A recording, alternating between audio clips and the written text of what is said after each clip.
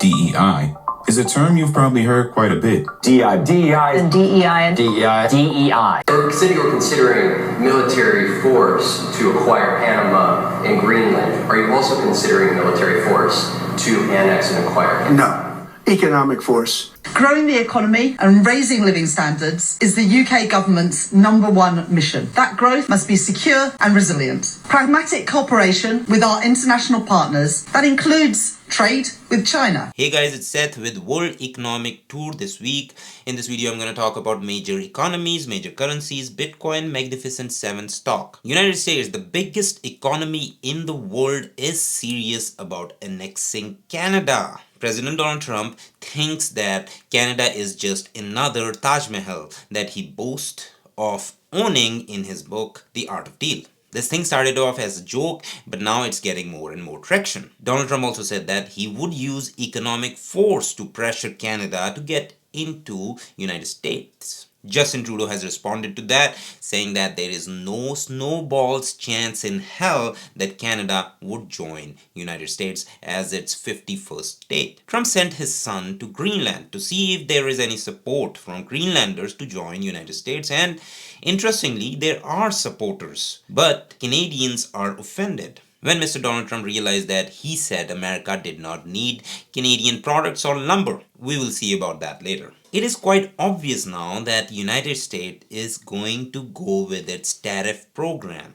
against the biggest trading partners, namely Canada and Mexico. The president is expected to invoke IEEPA, International Economic Emergency Powers Act, which gives power to the president to manage imports during the time of national emergency. This means that 25% tariffs are going to be placed on Canadian products as soon as next week. According to the major news channel, American economy is doing really good. Feel that as better purchasing power, but that's good for consumer spending. It's good for people being able to pay their bills through a little light, not quite the 4%, but still, that's a number that still shows strength in the economy and strength for the consumer. The job is the most important driver of most people's economy, right? So this means that there are plentiful jobs, people are hiring. I did see something in these numbers, though, that I think it's important to note.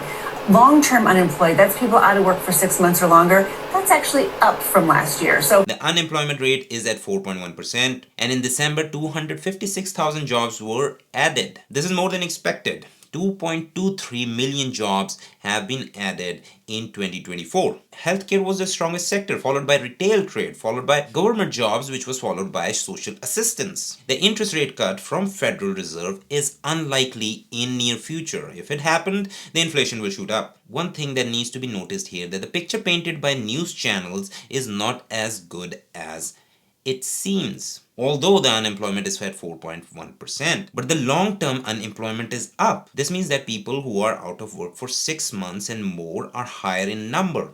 6.9 million people are sitting without jobs, of which 1.6 million are long-term unemployed. 1.7 million people are permanent job losers. 862,000 are temporary job losers. Worst part of this job report was never mentioned by major news channels, that teenagers had 12.6% of unemployment rate. Black community had 6.1% of unemployment rate, and Hispanic community had 5.1% of unemployment rate. There are 4.4 million people who are working part-time because of economic reasons. Either they could not find a full-time job or their hours were reduced at their workplace. Most interestingly, there are 5.5 million people who are not in the workforce who want a job. The reason behind is these are the people who have given up hope of finding a job. In fact, 480,000 people believe that they will never get a job in United States. United Kingdom, the 6th biggest economy in the world, has restarted its economic and financial talks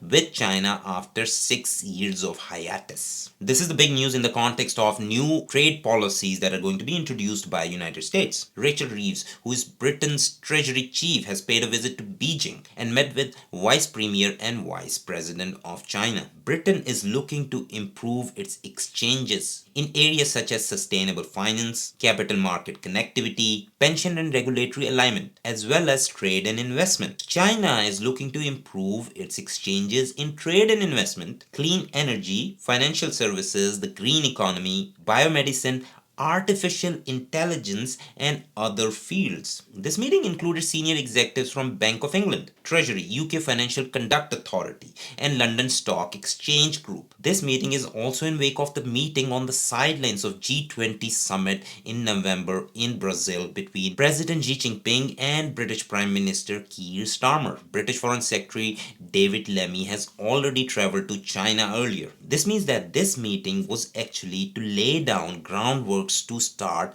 practical trade between two countries. This means that China has found a new market to sell its solar panels that are being tariffed heavily by European countries and United States. They have also found a market for their AI products that are being blocked by United States. Vice Premier He Feng has mentioned that they want trade and investment and cooperation in clean energy, which is solar, AI, and other fields like critical metals. This is the area where China needs a big trading partner. Of course, if that partner is not as big as United States, but every little bit helps. The crux of this situation is that all the allies of United States are aligning with China, which is United States' biggest economic rival, despite having national security threats from China, which surface in the form of Chinese spy cultivating contacts with Prince Andrew for a covert and deceptive activity in 2019. Britain has decided to cultivate economic cooperation with China. Remember, Britain is also against Chinese support of Russia in war on Ukraine. They did pay a little lip service to that concern, but the brass tacks to start a trade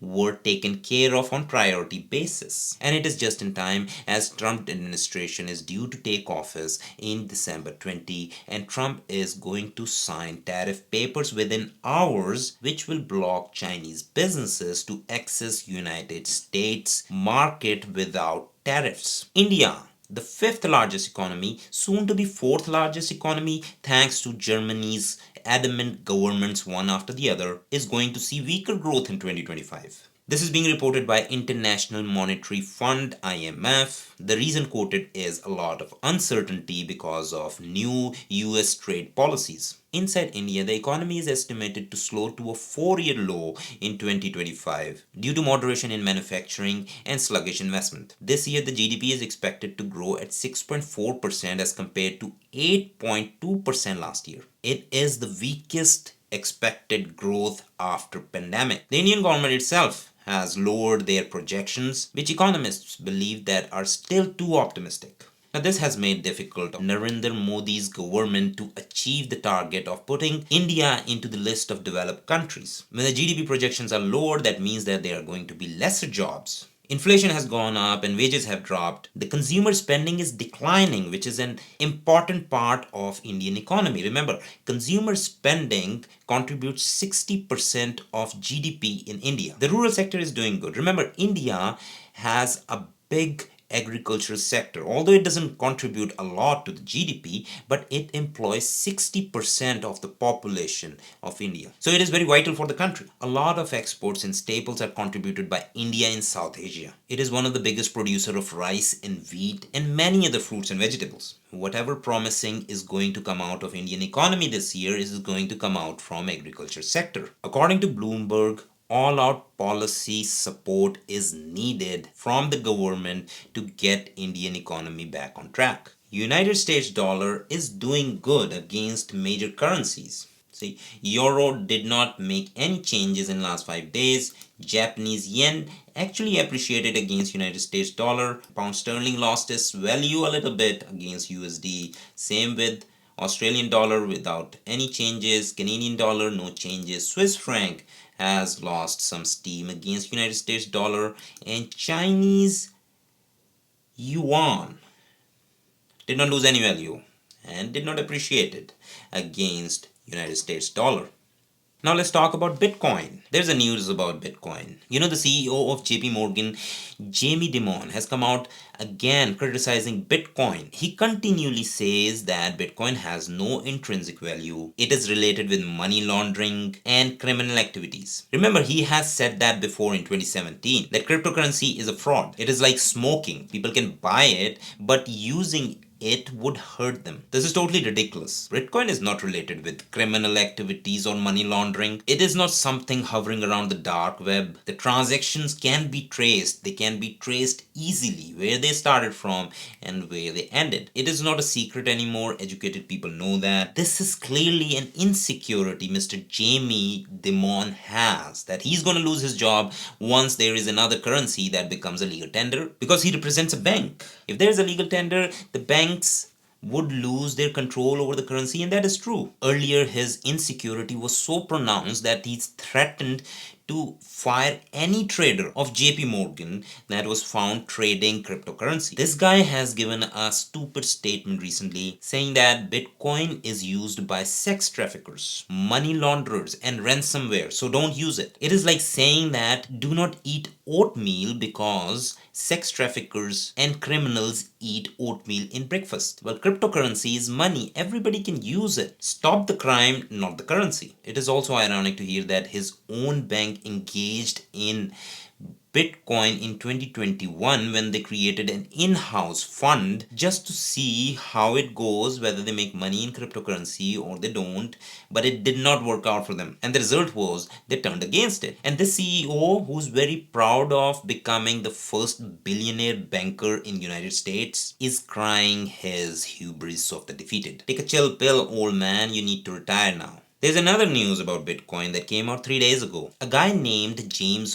Howell, who claims to have discarded his own hard drive that contained 8,000 Bitcoins in it, and he sought permissions to excavate it from the landfills. He has been asking for permissions since 2013. James Howell says that he got a kick in the teeth when a judge in a high court declared that his claim is dismissed because there are no reasonable grounds or realistic prospect of his claim. This is a case in UK, and landfill is local council's property, so legally that hard drive is the property of that local council.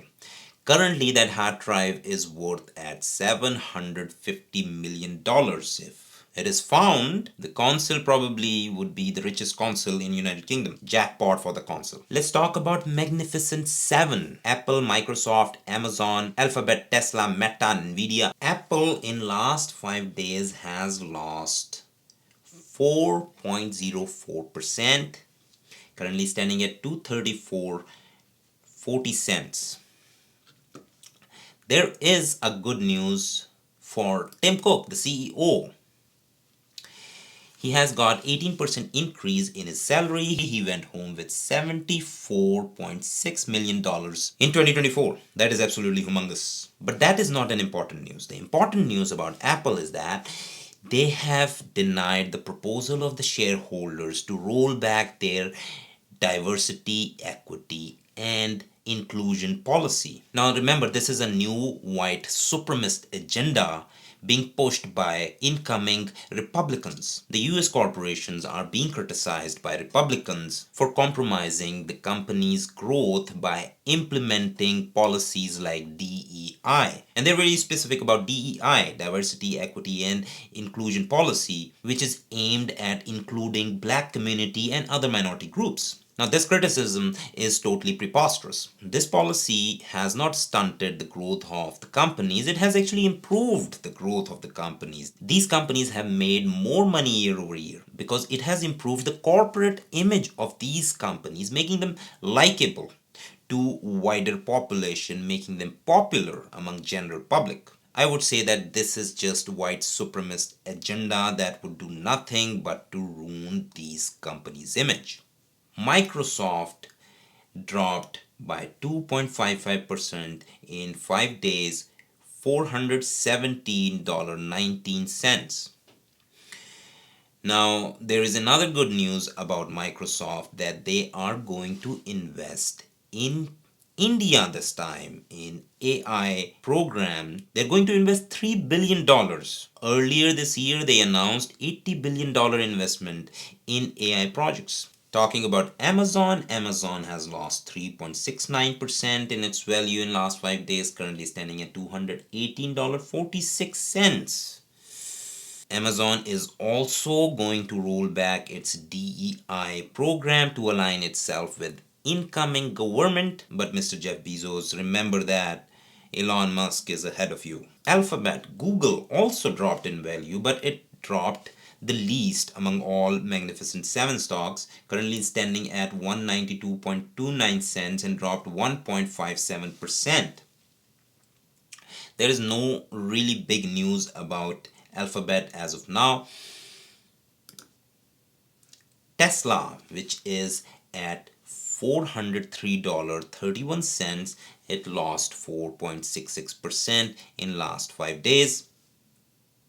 There is always some news about Tesla, and this time Stitching Pension Fund ABP sold Tesla's stake of around $585 million because they did not like the paycheck given to Mr. Musk. His package was $2.6 billion, which was bumped up to $56 billion. Stitching Pension Fund is one of the biggest pension fund in Europe. Meta lost 0.52% in last 5 days, but the price is still at $608.33. Meta is doing pretty good. There is no big news about it except for that they are going to promote white supremacy agenda by discarding their diversity, equity, and inclusion policy and putting Dana White on the board of directors.